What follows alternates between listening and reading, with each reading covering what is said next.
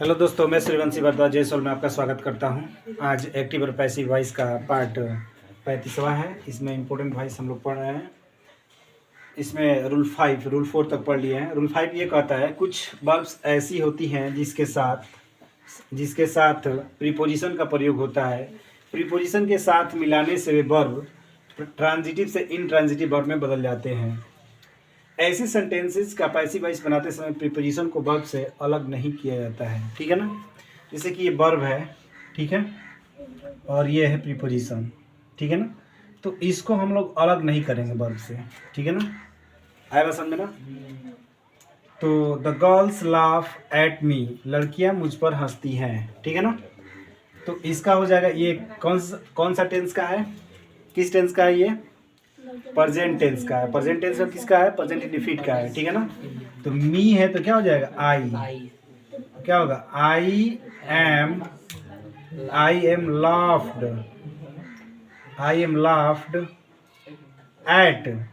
Laughed eight by the girls, ठीक है ना।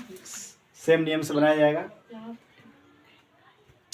Shyam looks after his old parent, Shyam अपने बूढ़े माता पिता का क्या करता है, देखभाल करता है।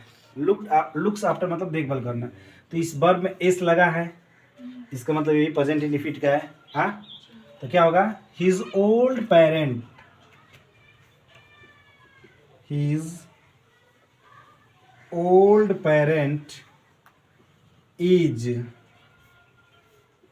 looked after by श्याम, ठीक है ना। His old parent is looked after by Shyam. आएगा समझ में, नोट करिए।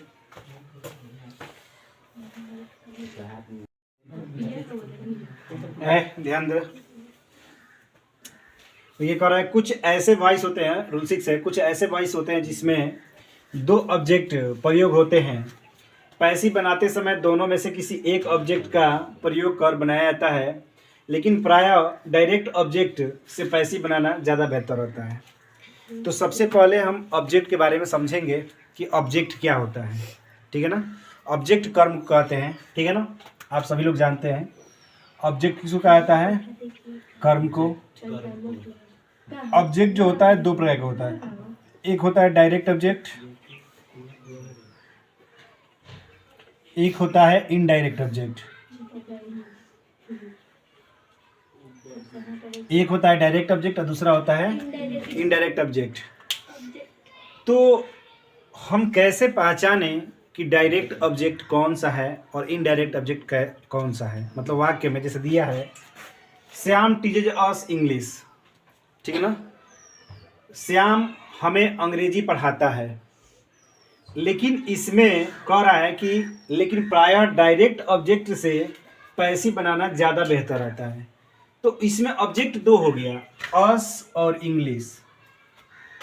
लेकिन हम कैसे पहचानेंगे कि जो है हम अस से बनाएं कि इंग्लिश से बनाएं, ठीक है ना। तो जरूरी है कि सबसे पहले आप डायरेक्ट ऑब्जेक्ट और इनडायरेक्ट ऑब्जेक्ट के बारे में समझें कि ऑब्जेक्ट क्या होता है। ऑब्जेक्ट का मतलब मैंने बताया कर्म होता है, और डायरेक्ट ऑब्जेक्ट और इनडायरेक्ट ऑब्जेक्ट दो भागों में इसको बांटा गया है, ठीक है। तो डायरेक्ट ऑब्जेक्ट क्या होता है, जब कभी वाक्य में डायरेक्ट ऑब्जेक्ट को आप डायरेक्ट देखकर भी पहचान सकते हैं। डायरेक्ट ऑब्जेक्ट जो होता है वो नॉन लिविंग थिंग्स होता है, नॉन लिविंग थिंग्स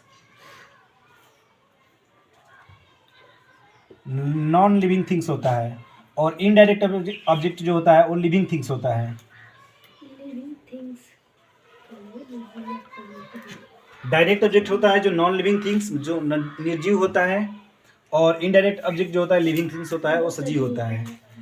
अब इसमें देखिए, अब इसमें अस और इंग्लिश दोनों में निर्जीव और सजीव कौन है, इंग्लिश, ठीक है ना। अस का मतलब होता है हमें, मतलब ये कोई प्रोनाउन है, किसी मतलब व्यक्ति को प्रदर्शित कर रहा है, ठीक है ना। तो अब ये सजीव हो गया और ये निर्जीव हो गया। तो अब हम समझ गए लेकिन कभी कभी वाक्य में एक ही ऑब्जेक्ट आता है, उसमें दो ऑब्जेक्ट नहीं होता है। फिर कैसे पहचानोगे कि वो डायरेक्ट है या इनडायरेक्ट है? लेकिन जब कभी वाक्य में एक ऑब्जेक्ट आ जाए तो वो सदैव डायरेक्ट ऑब्जेक्ट होता है, वो चाहे लिविंग थिंग्स हो या नॉन लिविंग थिंग्स हो। ठीक है ना? जैसे कि you help me, you help me. अब इसमें मी जो है एक ही ऑब्जेक्ट है, तो मी एक ही ऑब्जेक्ट है तो ये इनडायरेक्ट ऑब्जेक्ट है। ठीक है ना? और ऐसे भी निर्जीव सजीव है तो ये सजीव है तो ये लिविंग थिंग्स है तो इनडायरेक्ट होगा ही। मतलब इसमें अगर इस दृष्टि से देखा जाए, इस दृष्टि से देखा जाए तो ये क्या होना चाहिए? इनडायरेक्ट ऑब्जेक्ट होना चाहिए। लेकिन जब कभी वाक्य में सिर्फ ऑब्जेक्ट एक ही होता है तो वो हमेशा डायरेक्ट ऑब्जेक्ट होता है। यहाँ पर लिविंग थिंग्स होते हुए भी ये क्या है? डायरेक्ट ऑब्जेक्ट है। ठीक है ना? जैसे कि यू गिव ए पेन। अब पेन में इस मतलब सेंटेंस में पेन जो है एक ही ऑब्जेक्ट है, लेकिन फिर भी ये डायरेक्ट ऑब्जेक्ट है। यहाँ मी क्या है? एक ही ऑब्जेक्ट है, ये भी डायरेक्ट ऑब्जेक्ट है। तो मैंने कहा कि जब कभी वाक्य में एक ऑब्जेक्ट होता है तो सदैव क्या होता है? डायरेक्ट ऑब्जेक्ट होता है। लेकिन जब वाक्य में दो दो ऑब्जेक्ट होते हैं तो उसमें एक डायरेक्ट होता है और दूसरा इनडायरेक्ट होता है। तो डायरेक्ट ऑब्जेक्ट को पहचानने का तरीका क्या है? Direct object non living things होते हैं जब दो रहता है तब, और जब इनडायरेक्ट होता है वो क्या होता है? लिविंग थिंग्स होता है। दूसरा, जब वाक्य के क्रिया में वाट से क्वेश्चन करेंगे, किससे? वाट से, तो आपको सदैव क्या मिलेगा? सदैव डायरेक्ट ऑब्जेक्ट मिलेगा। और जब वाक्य क्रिया में हुम से क्वेश्चन करोगे तो सदैव आपको इनडायरेक्ट ऑब्जेक्ट मिलेगा। जैसे श्याम टीचेज अस इंग्लिश, श्याम हमें अंग्रेजी पढ़ाता है। मैंने कहा कि श्याम हमें क्या पढ़ाता है? इंग्लिश। तो निकल गया ना इंग्लिश, आंसर आ रहा है ना इंग्लिश। श्याम हमें क्या पढ़ाता है, या श्याम क्या पढ़ाता है? हमें छोड़ दीजिए, श्याम क्या पढ़ाता है? हाँ, तो इंग्लिश। तो इंग्लिश क्या हो गया? डायरेक्ट ऑब्जेक्ट हो गया। इस तरह भी नॉन लिविंग थिंग्स। हाँ, अब मैं हुम का मतलब होता है किसको। अब मैं वाक्य क्रिया में किसको से क्या करेंगे? क्वेश्चन करेंगे। तो श्याम किसको पढ़ाता है? हमें। श्याम किसको पढ़ाता है? हमें। तो अस निकल रहा है ना, अस मतलब हमें होता है। तो इस तरह से अस क्या हो गया? इनडायरेक्ट ऑब्जेक्ट हो गया। तो डायरेक्ट ऑब्जेक्ट प्राप्त करने के लिए वाक्य की क्रिया में वाट से क्वेश्चन किया जाता है। किससे? वाट से। और इनडायरेक्ट ऑब्जेक्ट को प्राप्त करने के लिए वाक्य क्रिया में हुम से क्वेश्चन किया जाता है।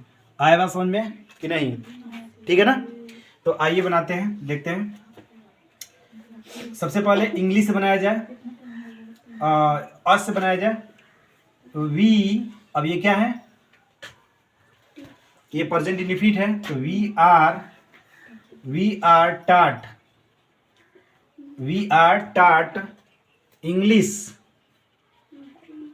वी आर टाट इंग्लिश बाई श्याम। ठीक है? श्याम किस पर बनती है? श्याम। ठीक है? ये भी सही है, लेकिन कह रहा है कि उतना सही नहीं होगा जितना कि हम लोग किससे बनाएंगे? डायरेक्ट ऑब्जेक्ट से बनाएंगे। तो डायरेक्ट ऑब्जेक्ट क्या होता है? इंग्लिश है। तो इंग्लिश से बनाना ज़्यादा बेहतर होता है। इंग्लिश इज टाट अस बाई श्याम। मतलब कि दोनों सही है, लेकिन उसमें ज़्यादा बेहतर कौन है? दोनों में तुलना किया जाएगा तो ये नीचे वाला डायरेक्ट ऑब्जेक्ट वाला। आया बात समझ में? ही गेव मी ए रुपी। अब इसमें डायरेक्ट ऑब्जेक्ट कौन है? ए रुपी है। ए रुपी से बनाइए। ए रुपी इज गिवन। हमेशा पैसिव वॉइस में वर्ब के, हाँ, तो यहाँ पर देखिए गेव है, यानी पास्ट इंडेफिनिट हो गया। और पास्ट इंडेफिनिट हो गया तो इसका हेल्पिंग वर्ब किस में होगा? वाज वेयर में होगा। किस में होगा? तो यहाँ पर वाज लगेगा। ए रुपी गिव है, a rupee was given by, sorry, given me by him. अब ही जो है ऑब्जेक्ट में जाएगा तो हिम हो जाएगा, ठीक है। दूसरे तरीके से बना सकते हैं हम लोग, मी है तो हो जाएगा आई वाज, मी आएगा सब्जेक्ट में तो आई हो जाएगा, I was given A rupee by him, ठीक है ना। तो ज़्यादा बेहतर कौन है इसमें, ये है, ठीक है। आया समझे ना।